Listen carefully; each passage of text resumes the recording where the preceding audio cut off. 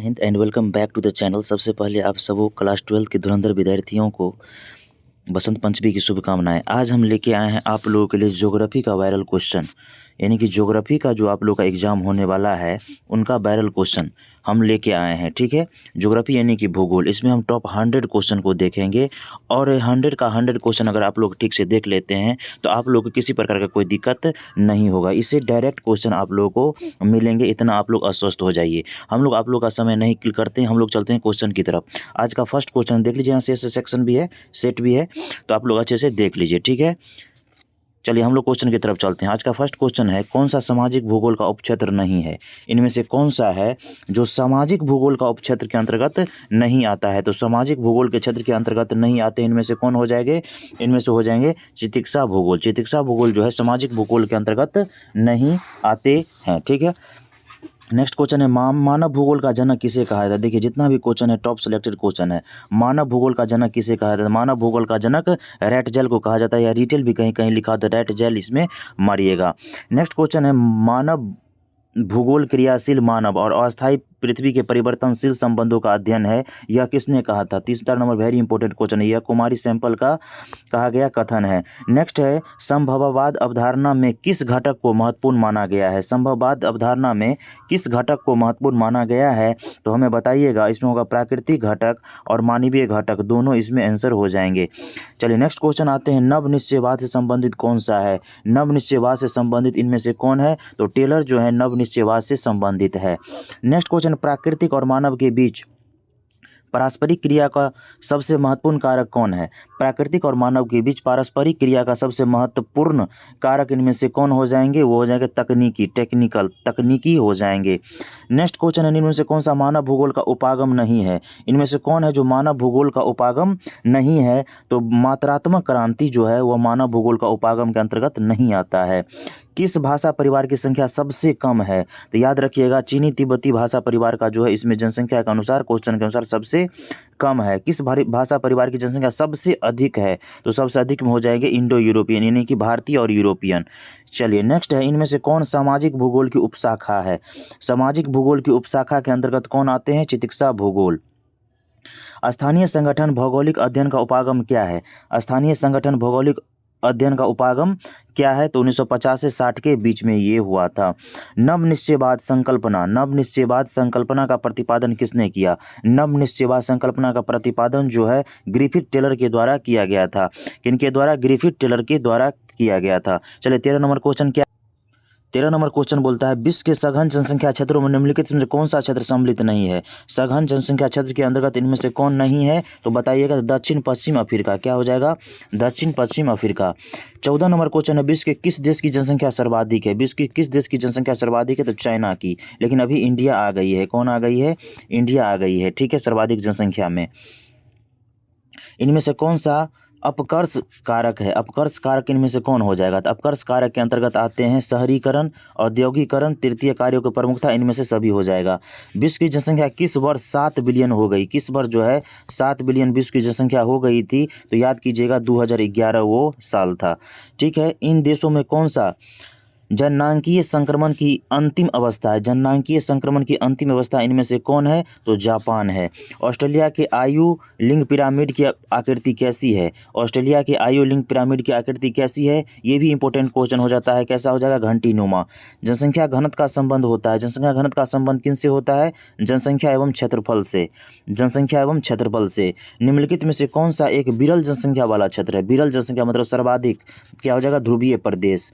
निम्न में से कौन एक महाद्वीप में जनसंख्या वृद्धि सर्वाधिक है? जनसंख्या वृद्धि का बात हो रहा है तो अफ्रीका में जनसंख्या वृद्धि सर्वाधिक है। ये सब क्वेश्चन डायरेक्ट आते हैं। निम्नलिखित में से किस महाद्वीप में जनसंख्या वृद्धि सर्वाधिक है? महाद्वीप का यहाँ बात बोल रहा है तो सर्वाधिक किसमें है? अफ्रीका में। ठीक है, निम्नलिखित में से कौन सा एक विरल जनसंख्या वाला क्षेत्र नहीं है? विरल जनसंख्या वाला क्षेत्र कौन नहीं है? इनमें से विरल जनसंख्या वाला क्षेत्र इनमें से कौन नहीं है? सो बोल रहा है तो हो जाएगा ध्रुवीय प्रदेश। निम्नलिखित में कौन सा एक प्रतिकर्ष कारक नहीं है? प्रतिकर्ष कारक का उदाहरण नहीं है? जलाभाव। कौन हो जाएगा? जलाभाव। निम्नलिखित में से कौन सा एक तत्व नहीं है? देखिए इसमें से कौन एक तत्व सही नहीं है? तो याद रखिएगा, विगत 500 वर्षों में मानव जनसंख्या 10 गुना से अधिक बढ़ी है। ये देख लीजिएगा। 20 जनसंख्या प्रति वर्ष 8 करोड़ लोग जुड़ जाते हैं, ये तो सही है। 5 अरब से 6 अरब तक बढ़ने में जनसंख्या 100 वर्ष लगते हैं, ये भी ठीक ठाक है। जननांकीय संक्रमण की प्रथम अवस्था में जनसंख्या वृद्धि उच्च होती है, ये भी सही है। तो क जो हो जाएगा ये नहीं हो जाएंगे। चलिए हम लोग आते हैं 26 नंबर प्रश्न की ओर। 26 नंबर प्रश्न क्या बोलते, निम्न में से कौन सा व्यापारिक अन्न कृषि से संबंधित है? अन्न मतलब अनाज कृषि से संबंधित है, कौन हो जाएगा? गेहूं। इन कोयला क्षेत्रों में कौन जर्मनी में है? इनमें से कौन कोयला क्षेत्र है जो जर्मनी में है? वो हो जाएगा रूर। रूर जो है जर्मनी का कोयला क्षेत्र के अंतर्गत ही जाना जाता है।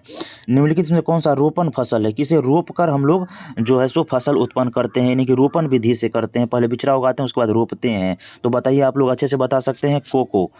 कोको हो जाएंगे, कौन हो जाएंगे? कोको। निम्नलिखित में से कौन सा बागवानी फसल नहीं है? बागवानी फसल के अंतर्गत कौन नहीं आते हैं? मक्का। मक्का जो है वह हम लोगों को बागवानी फसल के अंतर्गत नहीं आता है।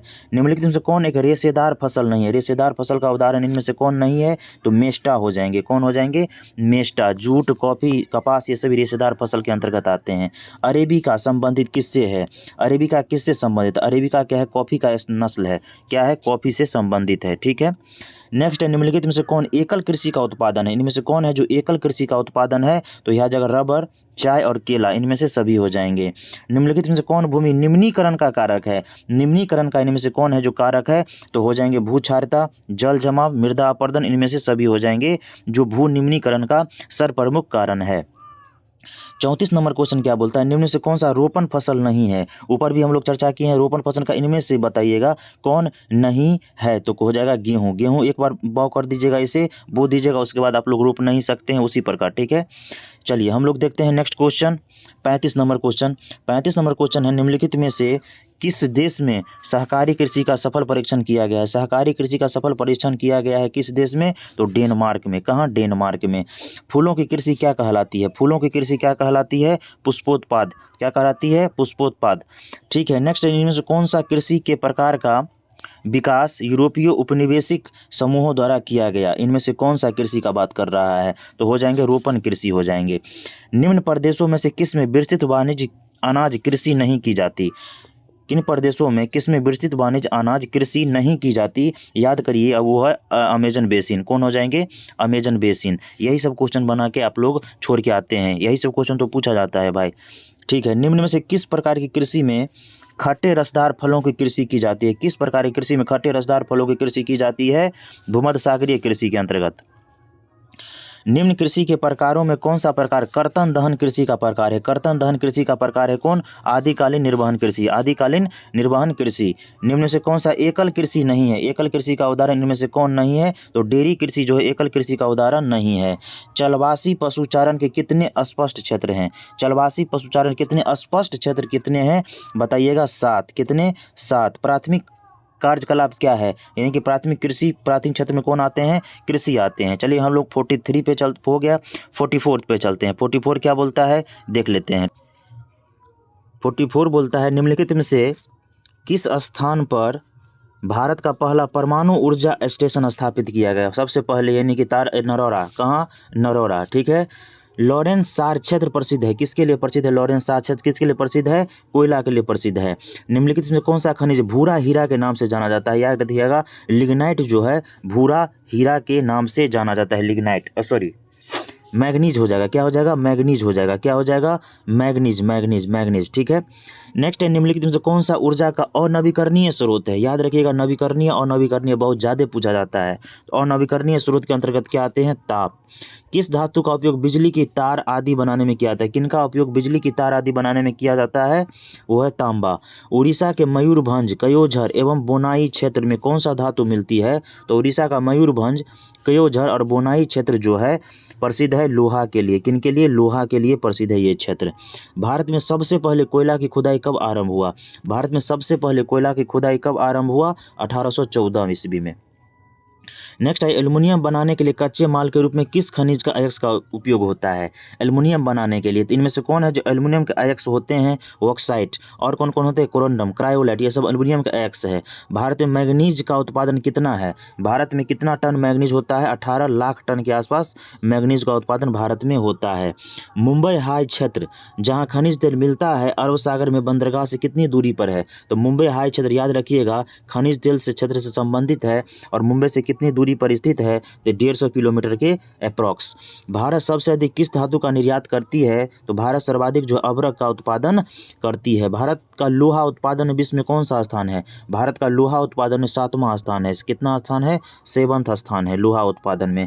चलिए हम लोग 56 प्रश्न की ओर चलते हैं। 56 प्रश्न क्या बोलता है, विजयनगर इस्पात केंद्र किस राज्य में अवस्थित है। विजयनगर इस्पात केंद्र किस राज्य में अवस्थित है, ये बोल रहा है। ठीक है, चलिए 56 नंबर बोलता है विजयनगर इस्पात केंद्र किस राज्य में अवस्थित है। विजयनगर इस्पात केंद्र किस राज्य में अवस्थित है, कर्नाटक में। निम्नलिखित में से कौन सा चीनी का दूसरा सबसे बड़ा उत्पादक है। चीनी का दूसरा सबसे बड़ा उत्पादक राज्य इनमें से कौन हो जाएंगे, उत्तर प्रदेश। कौन है, उत्तर प्रदेश। हुगली औद्योगिक प्रदेश का केंद्र कहाँ है, हुगली औद्योगिक प्रदेश। हुगली मतलब कोलकाता के क्षेत्र में आ जाइए तो कहाँ हो जाएंगे, कोलकाता, हावड़ा। सोलापुर किस उद्योग के लिए जाना जाता है, सोलापुर जो है सूती वस्त्र के लिए जाना जाता है, सोलापुर। नेक्स्ट क्वेश्चन है किस नगर में दक्षिण भारत का मैनचेस्टर कहा जाता है। दक्षिण भारत का मैनचेस्टर जो है कोयम्बटूर को कहा जाता है। क्यों, क्योंकि सूती वस्त्र के लिए ज़्यादा वहाँ प्रसिद्ध है।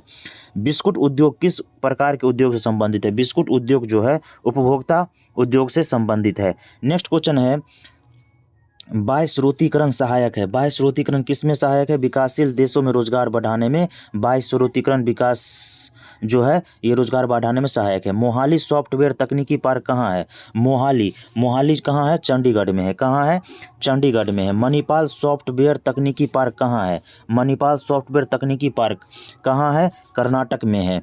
मुंबई में पहला आधुनिक सूती वस्त्र कारखाना स्थापित किया गया। क्योंकि मुंबई एक पतन है यानी कि बंदरगाह है। मुंबई एक वित्तीय केंद्र था, ये भी सही है। यह कपास उत्पादक क्षेत्र के निकट है, ये भी सही। तो इनमें से सभी हो जाएंगे, क्या हो जाएंगे, सभी हो जाएंगे। बोकारो इस्पात केंद्र कहाँ है, बोकारो इस्पात केंद्र कहाँ है, सार्वजनिक क्षेत्र के अंतर्गत आते हैं। यह एक सार्वजनिक क्षेत्र है, बोकारो, झारखंड। पहला आधुनिक सूती वस्त्र कारखाना कहाँ स्थापित किया गया था, पहला आधुनिक सूती वस्त्र कारखाना कहाँ स्थापित किया गया था, मुंबई में।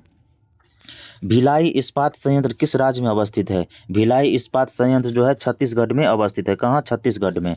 चलिए नेक्स्ट आइए, सार्वजनिक क्षेत्र के उद्योग पर किसका नियंत्रण होता है। सार्वजनिक क्षेत्र के उद्योग पर किसका नियंत्रण होता है, सरकार का नियंत्रण होता है। किसका, सरकार का नियंत्रण होता है। सिक्किम की राजधानी कहाँ है, तो सिक्किम की राजधानी है गंगटोक। इनमें से कोई नहीं हो जाएगा। भद्रावती का संबंध किससे है, किस इस उद्योग से है, तो भद्रावती का संबंध जो है लौह इस्पात उद्योग से है, भद्रावती का संबंध। निम्न नगरों में कौन सा गुजरात में अवस्थित नहीं है, कौन जो है गुजरात में अवस्थित नहीं है, नासिक। नासिक महाराष्ट्र में है। कौन सा लौह अयस्क खान छत्तीसगढ़ में है, छत्तीसगढ़ में कौन है, बेलाडीला। लौह अयस्क के लिए संबंधित है बेलाडीला। ठीक है, नेक्स्ट आइए, सिंदरी प्रसिद्ध है। सिंदरी किसके लिए प्रसिद्ध है, सिंदरी जो है उर्वरक यानी कि खाद बीज के लिए प्रसिद्ध है। धनबाद प्रसिद्ध है, धनबाद किसके लिए प्रसिद्ध है, कोयला के लिए प्रसिद्ध है। नेक्स्ट आइए, मेरठ महानगरीय शहर किस राज्य में अवस्थित है, तो मेरठ कहाँ है, तो मेरठ उत्तर प्रदेश में है। आलापुझा औद्योगिक क्षेत्र किस राज्य में अवस्थित है, आलापुझा जो है औद्योगिक क्षेत्र किस राज्य में अवस्थित है, वह है केरल में। किस राज्य में अवस्थित है, केरल में आलापुझा औद्योगिक क्षेत्र अवस्थित है। चलिए नेक्स्ट क्वेश्चन आइए, निम्न में से कौन जवाहर नेहरू बंदरगाह कहलाता है, कौन जो है जवाहर नेहरू बंदरगाह, इनमें से कौन है जो जवाहर नेहरू बंदरगाह कहलाता है, तो हमें बताइएगा, याद रखिएगा हमेशा। जवाहर नेहरू बंदरगाह के अंतर्गत आता है कौन, नोहानसोहा। कौन आते हैं, नोहानसोहा। ठीक है, नेक्स्ट क्वेश्चन आइए, पारादीप पतन किस नदी के डेल्टा पर अवस्थित है, तो पारादीप जो है किस डेल्टा के पतन पर स्थित है, पारादीप महानदी। सलाया मथुरा पाइपलाइन का सलाया अवस्थित है, सलाया मथुरा पाइपलाइन का सलाया अवस्थित है। सलाया कहाँ अवस्थित है, गुजरात में। वेस्ट सेंट्रल रेल मंडल का मुख्यालय कहाँ है, वेस्ट सेंट्रल रेल मंडल का मुख्यालय कहाँ है, जबलपुर में। कहाँ है, जबलपुर में। दिल्ली और अमृतसर के मध्य महामार्ग को क्या कहते हैं, दिल्ली और अमृतसर के मध्य महामार्ग को क्या कहते हैं, याद रखिएगा, कहते हैं